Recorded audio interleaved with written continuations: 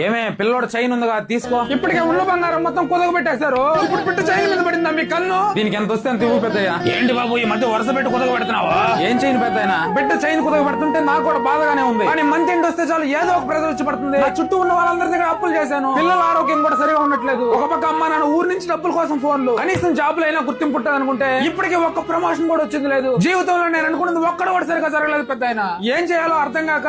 బాబు మీ నాన్నగారు మొదటి నుంచి నాకు మిత్రుడు కాబట్టి చెప్తున్నా, నువ్వు ఒక్కసారి జాతకం చూపించుకో అయ్యా. ఊరుకో పెద్దయినా, ఈ రోజుల్లో కూడా ఏం జాతకాలు నమ్మాలనైనా కొన్నిసార్లు ప్రతిదీ నమ్మాలి. ఒకప్పుడు నేను ఏ వ్యాపారంలో చేపట్టినా అన్ని నష్టాలే. ఇంట్లో ఆరోగ్య సమస్యలు, కోర్టు సమస్యలు ఒక పక్క, ఇలా రకరకాలుగా సతమతం అవుతున్న టైంలో మహానుభావుడు గురువు గారు నరసింహరాజు గారి గురించి తెలిసింది. ఆయన దగ్గర ఒక్కసారి జాతకం చూపించామయ్యా. మా సమస్యల తగ్గట్టు తమలపాకులు అంచనా వేసి మా సమస్యకు సరైన పరిష్కారం చూపించాడు ఆయన. మరి ఎలా కలవాలా గురువు గారిని? ఏం లేదయ్యా, ఇదిగో ఇక్కడ కనిపించే నంబర్కి డైరెక్ట్ గా ఒకసారి ఫోన్ చేసి మాట్లాడండి. మన సమస్య ఏదైనా కుటుంబ సమస్యలు, ఆరోగ్య సమస్యలు, ఆర్థిక సమస్యలు, వ్యాపార సమస్యలు, నరదృష్టి, ఇలాంటి ఎటువంటి సమస్య ఉన్నా సరే కేవలం 5 రోజుల్లోనే సరైన పరిష్కారం చూపిస్తాడు ఆయన.